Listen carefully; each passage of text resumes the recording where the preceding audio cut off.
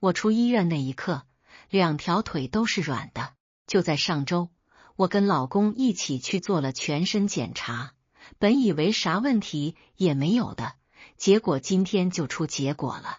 没想到医生居然把我喊进办公室，他递过来老公的体检报告，说：“你老公得的是肝癌，而且已经到了中期，要是能进行肝脏移植的话，说不定还有救。”我和老公陈明坤从大学时代开始谈恋爱，走进了婚姻的殿堂。这一路走来，我们已经认识并相爱了整整8年。我一听这话，眼泪就忍不住流下来，直接趴在方向盘上大声哭了起来。我老公今年才30岁，我真的不忍心告诉他这个残酷的事实。我想了好久，最后决定先去银行把我们存了5年的定期存款提前取出来，因为等到找到合适的肝源之后，肯定还要带着老公去医院接受治疗，再加上换肝手术的费用，我们手头的那点钱肯定是远远不够的。可是当我拿着存折去银行查账的时候，柜员却告诉我里面根本就没有50万，只有区区50块钱。我当时整个人都傻掉了，不可能的！2年前我和老公一起去存的5年定期啊。柜员说可以帮我查一下取款记录，然后他告诉我：“李女士，我们这里显示在你们存进去的第2天，这笔钱就被取走了。到底是谁取的？存折的密码只有我和陈明坤知道。”其实我心里已经猜到了答案。柜员的眼神里充满了同情，是你的丈夫陈明坤。但是当我亲耳听到这个消息的时候，我还是感觉像被雷劈了一样。我那么信任的老公，竟然背着我把我们辛辛苦苦攒了好几年的存款全部取走了。这些钱他到底花在哪儿了？我怀着无比沉重的心情一路开车回到家里。原本我只向公司请了半天假去拿体检报告，没想到接连发生的这2件事情让我心烦意乱，完全无法专心工作。领导看我情绪低落，就又给了我半天假。我坐在床上发呆，一坐就是很长时间，直到客厅的防盗门突然被人从外面推开，我才回过神来，看了眼手表，才下午1点50分。今天可是工作日，陈明坤并没有告诉我他今天要请假啊。我正准备出门找他问清楚，客厅里传来了滴的一声，好像是用遥控器打开空调的声音。妈，你快进来，热坏了吧？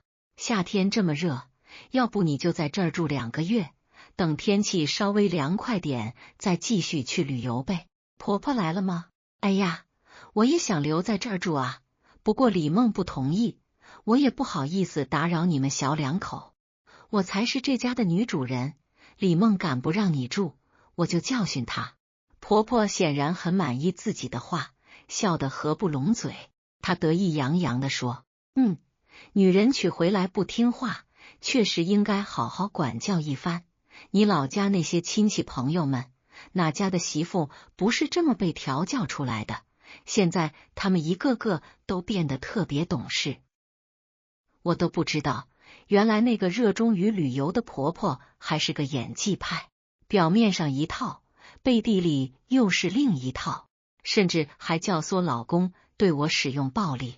更让我没想到的是，我的枕边人竟然轻而易举的就相信了婆婆的话。我只能强压住心中的怒火没吱声，我倒是要看看他们还能编出些什么谎言来欺骗我。婆婆又说：“儿子啊，我这次回来主要是想你了，所以特意赶回来看看你。其次呢，我还想买辆房车。可能是年纪越来越大了，每次坐火车都会腰酸背痛，疼得受不了，走到哪儿都找不到休息的地方。要是有辆房车的话，想去哪儿就去哪儿，多方便啊！你觉得怎么样？”陈明坤回答道：“妈，你又没有驾照，就算买了也没法开啊。”婆婆说她在旅途中遇到了几个志同道合的朋友，其中有一个以前是开货车的，现在已经退休了，正好可以开房车。他们几个兄弟姐妹商量好了，打算一起开着房车去全国各地游玩。别的家人要么掏钱，要么出力气，他却提出可以提供一辆房车。明坤，你能不能再多借我60万？我有个老朋友，他有点门路，只要59万就能买到一辆市价100万的豪华版房车呢。结果周围突然变得鸦雀无声，我心里暗骂，真是贪婪至极，我们的钱可不是天上掉下来的，我老公肯定不会同意的。婆婆立刻开始哭诉，你是不是结婚之后就不再关心我这个母亲了？你父亲去世的早，我一个人含辛茹苦的把你抚养长大，生怕你受到任何委屈。许多亲戚朋友都劝我再找个伴，可是我都拒绝了。我老公是个非常孝顺的人，听到他母亲这么一哭，心疼的不得了。好好好，我会给你买的，妈。我知道您为了我付出了很多，但是之前我不是已经陆陆续续的给您打过去将近50万了吗？那些钱您都花完了吗？我现在真的拿不出钱来给您买房车啊！我在房间里听得既惊讶又愤怒，原来那50万居然是我老公瞒着我偷偷转给他母亲的，那不是我们夫妻俩的共同财产吗？他凭什么可以随意支配？没想到婆婆却说，你不是还有套房子吗？把它卖了不就有钱了？我简直要气疯了，我瞬间失去了理智，猛地打开门冲了出去。陈明坤和婆婆两人都愣住了，脸色一阵红一阵白，表情十分丰富。陈明坤原本要说出口的好字，硬生生的憋了回去。我紧紧的盯着陈明坤，你不是说你妈是用自己的退休金去旅游的吗？他的脸涨得像猪肝一样，气愤的指责我，你有没有点良心啊？竟然偷听我和我妈说话。我忍不住笑了，你少转移话题，你妈今天回来，我事先完全不知情，你给我解释清楚，你妈全国各地到处旅游的钱究竟是从哪儿来的？看到我板起脸，陈明坤的语气缓和了些，他轻轻地搂住我的肩膀，亲爱的，你先冷静下，听我慢慢说。我妈一个人把我拉扯大实在太不容易了，所有的钱都花在了我身上，她哪还有什么积蓄？她想要去旅游，我如果不支持她，那还有谁会支持她呢？我感到困惑不解，为什么男人总是在结婚后突然开始关心他们的母亲了呢？年轻力壮能赚钱的时候，他们并没有说要把所有的工资都交给母亲，也没有表现出对母亲的关心和照顾，更别说经常打电话问候了。难道结婚真的能让人成熟懂事吗？一年到头旅行300多天，快乐和幸福都有了，却还分不清是非黑白。我甩开他的手，所以你妈的如意算盘打得真精明啊，只出一张嘴，不出1分钱，就想坐享其成。哦，主打的就是零成本高回报是吧？你别忘了，这本来是我们攒起来准备将来生孩子养家糊口的钱，你全都给了你妈，那我们急需用钱的时候该怎么办？家里有人得了重病怎么办？你只顾着孝敬你妈，有没有考虑过我们未来的生活该如何继续？我的话似乎触动了陈明坤内心深处的某根弦，他显得有些不耐烦。急什么急？你急什么呀？你以前怎么就不着急呢？直到发现我妈把钱用掉了，你才开始着急。你还好意思提生孩子的事？难道非要等到有钱了才能生孩子吗？以前吃树皮的时候不也照样生孩子吗？生下来就能养活，你未免也太娇贵了吧？整天就知道胡思乱想，危言耸听，没钱治病就等死好了，活着也是给别人添麻烦。我的心彻底凉透了。当初选择跟他结婚时，婆婆既不出钱也不出力，只在婚礼上出了个人，一切开销全靠我们自己。婚礼结束，婆婆拿着份子钱去旅游了。她说她的任务已经完成，现在要为自己而活。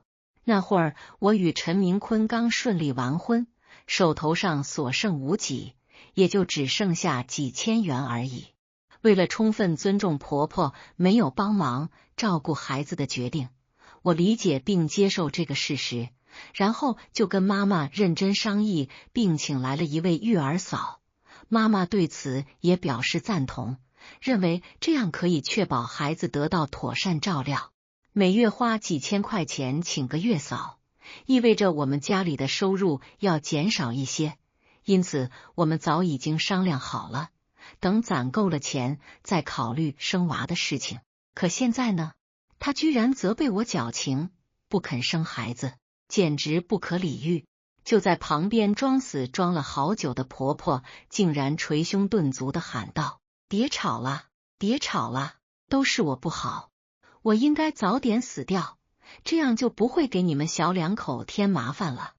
我现在就打电话给我那些老姐妹们，告诉他们我不去旅游了，我要回来赚钱养家，就算是去洗盘子扫大街，或者翻垃圾桶捡瓶子，我都会一分不少的把钱还给你们。我本来就已经快忍不住了，结果婆婆还在那儿装可怜煽风点火，我实在是气不过，冲着她大声嚷嚷：那你倒是赶紧打电话呀！我真是从来没见过像你这么自私自利的老人，只顾着自己享福，却总是压榨我们这些子女。打电话啊，现在就打，不然我瞧不起你。婆婆被我吓得愣住了，她手里还假装拿着手机，可是身体却一动不动。我的揭露让她陷入了尴尬的境地，没想到她竟然突然抓起头发，使劲往沙发上撞。让我去死吧，让我去死吧！我老了没人待见，儿媳不尊重我，儿子也不帮我，眼睁睁看着我被人欺负，我活在世上还有什么意义？我冷笑一声，沙发是软的，你撞不死的。话音刚落，陈明坤从背后抓住我的头发，狠狠地给了我一耳光。他脸色铁青地说：向我妈道歉，我妈一年到头才来咱们家几次，你就用这种态度跟她说话。我捂着脸，强忍着泪水。她不来是因为她忙，拿着我们的钱在外面逍遥快活。你哪有钱？我的工资比你高多了，那里面大部分都是我赚的，我愿意给谁花就给谁花。眼前这个男人的丑陋面目暴露无遗，我的左脸颊火辣辣的疼，但是心痛的感觉更加强烈。刚才的那一巴掌彻底粉碎了我对他的所有感情。我们离婚吧。陈明坤瞪大了眼睛看着我，就因为这么点破事，你就要跟我离婚？我妈辛辛苦苦操劳了一辈子，有点兴趣爱好怎么了？难道她就必须整天在家围着你转，给你当免费保姆吗？你怎么能这么自私？她现在这个年纪就应该好好享受生活，我们作为子女应该全力以赴的支持她。你到底有没有良心？连这点钱都要跟她斤斤计较，还要拿离婚来威胁我。婆婆这时候也不再撞沙发了，她开始用那种虚伪的语气劝解：儿子，你们可千万不能因为我闹矛盾啊，只要小梦心里舒服，妈妈吃点苦不算啥。这句话就像是点燃了导火索。陈明坤猛地站起身来：离就离，谁不离谁就是孙子。我转身回到卧室，把门反锁起来。婆婆在门外说：儿子，小梦就是脾气有点倔，你是个男的，你就多包容她一点嘛。脾气倔，我看她是想上天。妈，您之前说的没错，对付女人就得狠点儿。你看看，我打了她一巴掌，她不还是乖乖的回房间去了吗？再说，大家都是人，凭什么男人就得先低头认错，让着女人呢？他肯定是被网上那些乱七八糟的毒鸡汤给洗脑了。听听这家伙的言论，我以前是不是瞎了眼？怎么会看上这种人渣？我回到屋里，并不是因为我怕了，而是我要报警。好汉不吃眼前亏，如果我当着他的面报警，他要是一时冲动，再动手打人怎么办？家暴这种事情，只有0次和无数次，适当的退让，只是为了让自己更加安全而已。我可不傻。警察上门的时候，陈明坤和婆婆都惊呆了。陈明坤磕磕巴巴地问发生了什么事。我这刚从卧室出来，就挺直腰板指着陈明坤，气势汹汹地对警察说：警官，就是他对我家暴。陈明坤猛地被激怒了，手臂不自主的就朝我的方向扬起来，愤怒地喊道：你这个臭女人，你居然敢报警！就在警察面前，他竟然还敢动手。说实话，我实在弄不懂他到底是傻到极致，还是愚昧无脑。警察立马严肃地警告他，别动手，离远点。接着他就被2个人按住，强行拖进了车里。我一直跟随在后面，亲自记录这一切的笔录。之后婆婆追了上来，她一边哭泣一边恳求道：警察先生们，真的是误会啊，年轻人生活在一起，难免有些磕磕碰碰，我们以前也是这么过来的，请你们放过我儿子吧，我会回去好好教育他的。这简直就是无知至极。女警察在心里默默翻了个白眼，然后礼貌地回答：对不起，阿姨，现在已经是2024年了，咱们是法治社会，即使是夫妻之间，打人也是违法的。到了警察局，陈明坤仍然坚持认为自己并没有错。现在的社会，男人打女人的事情多了去了，难道只有他不能忍受吗？他就应该挨揍，谁叫他不尊重我妈妈呢？如果我不教训他，那岂不是对不起我妈妈？警察看到他如此冥顽不灵，于是直接询问我是否愿意原谅他。我毫不犹豫地表示不会原谅他。警察立刻给他戴上手铐，将其带走。陈明坤顿时慌了神，喂，你们就不能先调解一下吗？怎么说抓人就抓人呢？他的眼神中充满了威胁，转向我说道：李梦，你真的打算这么闹下去吗？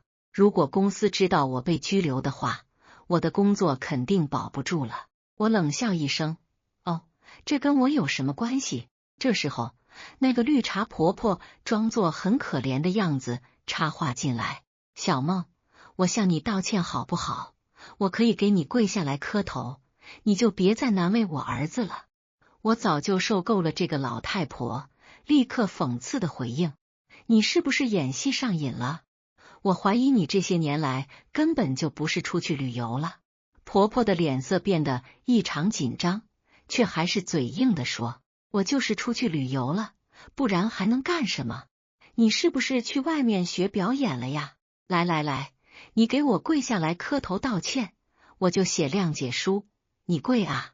婆婆又开始哭泣起来，真是虚伪之极。陈明坤咬紧牙关，愤怒地质问：你到底怎样才能原谅我？我提出，只要他按照我说的做，我就可以考虑原谅他。打我的那个人必须要向我鞠躬道歉，并且亲手写下一封悔过书。我知道，对于他这种大男子主义的男人来说，让他向女人低头简直比吃屎还痛苦。他不得不低头，因为他是公务员，如果被拘留，那么他的工作可能就要丢了。陈明坤在警察的见证下，极其不情愿地向我鞠躬道歉，并且按照我的要求写下了一份悔过书。与此同时，我还请警察同志签发了一张警告通知书给陈明坤。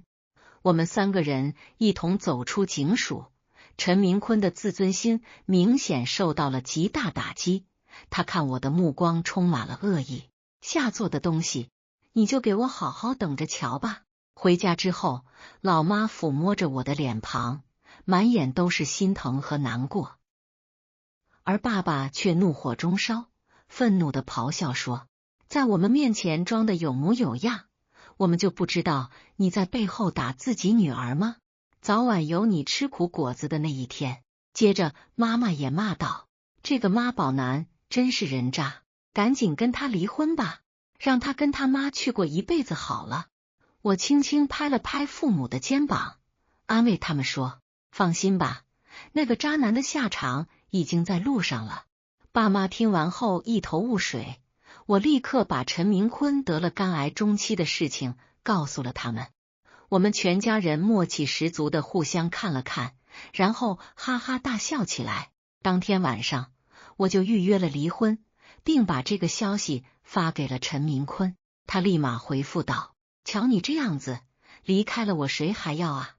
我母亲早就帮我找了个白富美，她驴友的女儿。听到这儿，我冷笑了一声，又怎样？你还能蹦跶几天？眼看着离婚登记就快到了，陈明坤和他妈妈大摇大摆的走过来，我爸妈也陪着我来。事情进行的挺顺利的，可就是在分配财产时出了些问题。这房子我们2个人都掏过钱买的，对半分当然没啥问题。关键就在于陈明坤把我们结婚后的所有积蓄都拿给他妈妈出去玩了，现在他居然反悔，不愿意赔偿。我拿出他的转账记录，我跟你说，这些钱都是我们一起赚的，你没问过我就随便给别人，我有权利怀疑你们是不是在偷偷转移夫妻共同财产，这可是违法行为。陈明坤变得不耐烦起来，你这话说的有点过火了，什么违法犯罪的事儿？就算是我给我妈赡养费也有错吗？爸爸听了以后火冒三丈，眉毛都立了起来。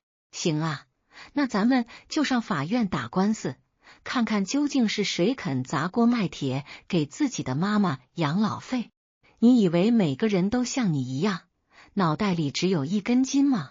妈妈从包里拿出警察局开具的家庭暴力告诫书，你要是不肯赔偿的话，明天我就去你单位门口拉横幅，让所有人都知道你这个道貌岸然、知法犯法的伪君子。我瞥了一眼婆婆，真是可惜了，辛辛苦苦培养出来的公务员就这么毁了。如果你丢了这份工作，恐怕这辈子都买不起房子车子了吧？婆婆小声嘀咕，儿子，要不你把房子卖了，我们还是赔得起的，别因为这件事情影响到你的工作。最后大家终于达成共识，价值120万的房子过户给了我，扣除掉贷款60万，我只需要给他转账5万块钱。就在我们走出民政局的那一刻，陈明坤突然问了我一句，你前几天是不是去医院肿瘤科看病了？我停顿了一下，没错，你怎么知道的？我妈前2天去医院看感冒，碰巧看到你了。婆婆立刻露出笑容，儿子，我就说她肯定是得了重病，还好你跟她提出离婚了，不然你非被她拖累不可。咱们家里的钱那够她这样折腾的呀。陈明坤说，你别怪我狠心，夫妻本是同林鸟，大难临头各自飞。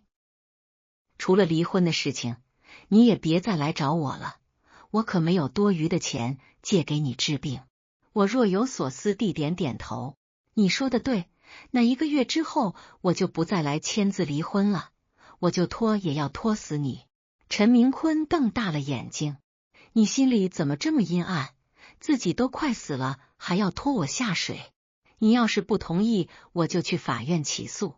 婆婆催促道，儿子，赶紧走吧，离他越远越好，别被他传染上什么病。2人跑得比兔子还快，生怕我会追上去。爸爸刚才差一点就忍不住说出真相了，真不知道等他知道生病的其实是自己时，会是什么样的反应。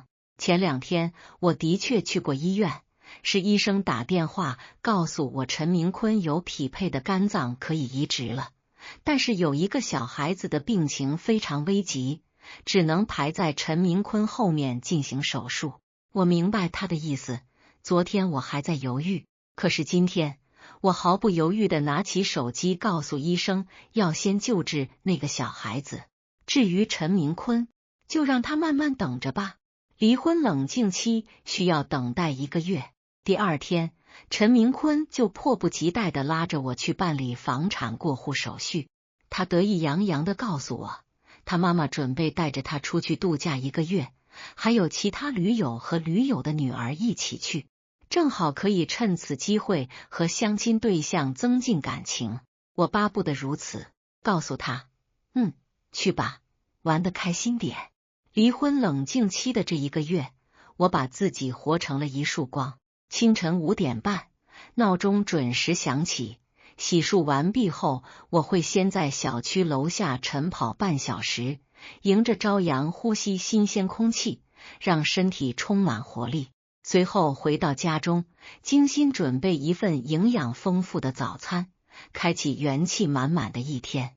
白天在公司，我像上了发条的机器，全身心投入工作。为了拿下那个竞争激烈的房地产推广项目，我连续1周加班到深夜，研究市场动态，分析竞争对手策略，撰写创意方案，每一个环节都力求做到尽善尽美。在项目汇报会上，我自信满满地阐述着自己的方案，凭借新颖的创意和详实的数据，成功打动了客户和领导，一举拿下项目。那一刻，同事们投来的敬佩目光，领导给予的高度赞扬，让我知道所有的努力都没有白费。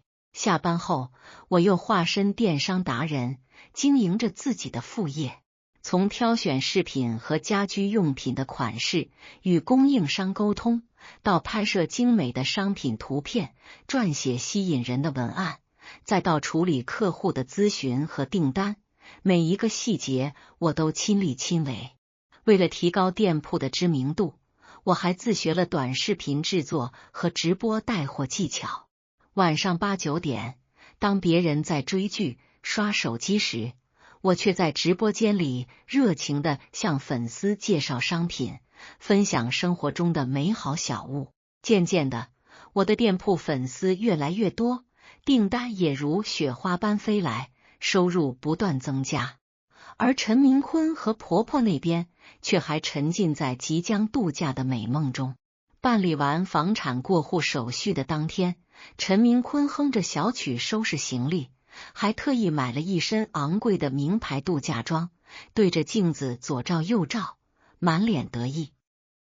婆婆则在一旁眉飞色舞地规划着行程，幻想着在房车之旅中享受悠闲时光，结识更多的朋友。然而，命运的转折总是来得如此突然。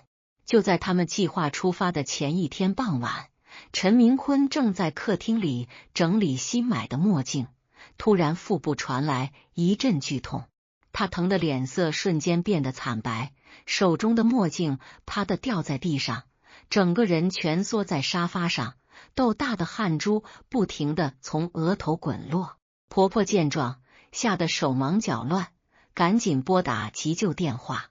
在医院里，经过一系列检查，医生面色凝重地把婆婆叫到办公室。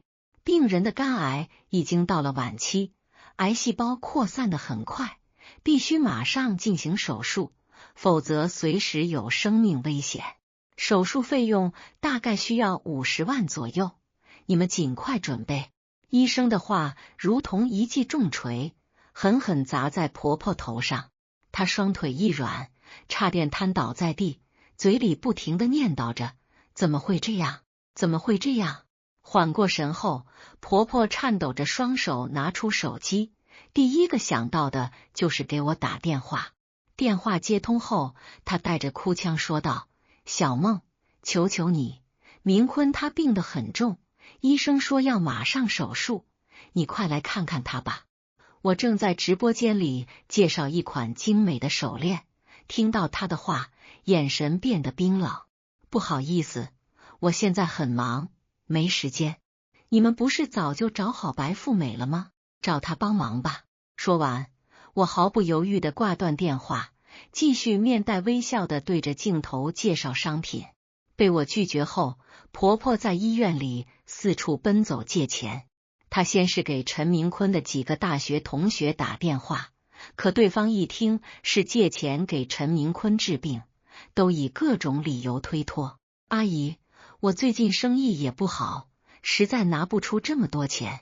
阿姨，我自己房贷车贷压力都很大，真的帮不了您。听到这些话，婆婆的心凉了半截。接着，她又跑到陈明坤的单位，希望同事们能伸出援手。可同事们都对陈明坤之前的所作所为有所耳闻，大家都觉得他是个自私自利、对家庭不负责任的人，根本没人愿意帮忙。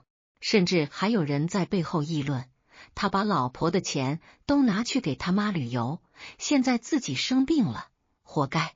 无奈之下，婆婆只好再次拨通我的电话，这次她的语气更加卑微，几乎是在哭着哀求：小梦，我知道错了，以前是我不对，求求你看在曾经的情分上，帮帮明坤吧，他要是没了，我可怎么活啊？我听着他的哭诉，心中的怒火熊熊燃烧。现在知道求我了，当初你们把我逼到绝境的时候，怎么没想到会有今天？那些被你挥霍掉的钱，可是我们准备用来养家糊口、生孩子的钱。现在陈明坤生病了，你们就想起我来了，晚了。婆婆见我态度坚决，急得像热锅上的蚂蚁。她突然想起陈明坤的相亲对象，仿佛抓住了救命稻草，立刻打车赶到对方家。可当她说明来意后，那个所谓的白富美一脸嫌弃地说：我和陈明坤只是见过几次面，又没确定关系，凭什么要我出钱给他治病？你们别再来烦我了。说完，砰的一声关上了门，把婆婆晾在了门外。婆婆彻底绝望了，她失魂落魄地回到医院，坐在走廊的长椅上，哭得撕心裂肺。而此时的陈明坤在病痛的折磨下已经陷入昏迷，嘴里还时不时地念叨着我的名字。主治医生再次找到婆婆，严肃地说：病人不能再等了，必须马上手术，你们到底能不能凑到钱？婆婆无助地看着医生，突然想起我现在经济状况不错，说不定还有能力帮忙。于是她又一次厚着脸皮来到我家，一进门，她就扑通一声跪在地上，不停地磕头，额头都磕红了。小梦，我真的知道错了，你就原谅我吧，只要你能救救明坤，让我做什么都行，我给你当牛做马，一辈子伺候你。我冷冷地看着他，心中没有一丝怜悯。起来吧，你的道歉我不接受，陈明坤的死活也与我无关。当初你们把我伤得那么深，现在想要我帮忙，不可能。婆婆见我态度依旧坚决，突然站起身来，变得歇斯底里。你怎么这么狠心？他可是你的丈夫，你们夫妻一场，你怎么能眼睁睁地看着他死呢？我冷笑道：丈夫？他什么时候把我当成妻子了？在他心里，只有你这个妈。他把我们的积蓄全部给你，任由你挥霍，还对我家暴。这样的丈夫，我早就不想要了。婆婆被我的话堵得说不出话来，瘫坐在地上，眼神空洞。就在这时，我的手机响了，是医院打来的电话。医生告诉我，有一位爱心人士愿意匿名捐赠一笔钱，帮助陈明坤进行手术。我感到十分惊讶，但也没有多问。我知道，这或许是陈明坤唯一的希望了。手术进行得很顺利，陈明坤暂时脱离了生命危险，但术后的恢复却十分艰难，他身体非常虚弱，需要专人照顾。婆婆年纪大了，自己都需要人照顾，根本没有精力照顾他。而且他们之前的所作所为已经让身边的人都对他们敬而远之，没有人愿意帮忙。我虽然对他们充满怨恨，但看到陈明坤躺在病床上无人照顾，心中还是有些不忍。毕竟夫妻一场，曾经也有过美好的回忆。于是我请了一位专业的护工来照顾他，费用由我支付。在护工的悉心照料下，陈明坤的身体逐渐有了好转。1个月的离婚冷静期很快就过去了。我和陈明坤来到民政局办理离婚手续，在填写表格时，陈明坤低着头不敢看我，而婆婆站在一旁，眼神中充满了懊悔和无奈。当工作人员宣布我们正式离婚的那一刻，我感觉自己的世界瞬间明亮了起来，心中的一块大石头终于落了地。离婚后，我的生活越来越好，公司因为我出色的表现，给我升职加薪，还让我负责一个更大的项目。我的副业也步入正轨，团队不断壮大，还开了线下实体店。我每天都过得充实而有意义，参加各种行业交流会，结识了很多优秀的朋友。而陈明坤和婆婆的生活却一落千丈。陈明坤虽然捡回了一条命，但身体大不如前，无法再胜任原来的工作，被单位辞退了。他们失去了经济来源，只能依靠婆婆微薄的退休金生活。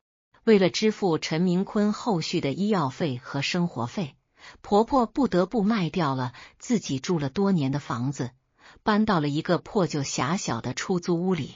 曾经那个爱旅游、爱打扮的婆婆，如今变得憔悴不堪，头发花白，脸上布满了皱纹。她每天都要去菜市场捡别人不要的菜叶，只为了节省一点生活费。陈明坤也变得沉默寡言，整天躺在床上，看着天花板发呆。有一天，我在逛街时偶然遇到了婆婆，她穿着一件破旧的衣服，手里提着一个装满废品的袋子，正在翻垃圾桶。看到我后，她像一只受惊的兔子，想要躲起来。我叫住了她，等等。她停下脚步，低着头，不敢看我。我走到她面前，平静地问道：“你现在过得怎么样？”婆婆声音颤抖地说：“我过得很不好，明坤的身体还是很虚弱，需要长期吃药，我们已经没钱了。”我看着她，心中没有一丝同情，反而有一种报复后的快感。这都是你们自己造成的，如果当初你们能对我好一点，懂得珍惜，也不会有今天的下场。婆婆听了我的话，泪水夺眶而出。我真的后悔了，我对不起你，也对不起明坤。我没有再理会他，转身离开了。从那以后，我再也没有见过他们。听说陈明坤的病情又开始恶化，婆婆为了给他治病，四处借钱，欠了一屁股债。债主们经常上门讨债，把他们的家闹得鸡犬不宁。而我在一次行业交流会上遇到了现在的丈夫，他是一家科技公司的创始人，成熟稳重，温柔体贴。他欣赏我的独立和坚强，我也喜欢他的才华和善良。我们相识相知，很快就步入了婚姻的殿堂。婚后，我们一起经营着自己的事业，相互支持，相互鼓励。我们还生了一个可爱的宝宝，一家人生活的幸福美满。每当我回想起那段痛苦的婚姻经历，都觉得像是一场噩梦。但也正是那段经历，让我变得更加坚强，更加懂得珍惜现在的生活。而陈明坤和婆婆最终在贫困和病痛中度过了余生，他们的故事也成为了周围人茶余饭后的谈资，警示着人们要珍惜眼前人，不要等到失去了才懂得后悔。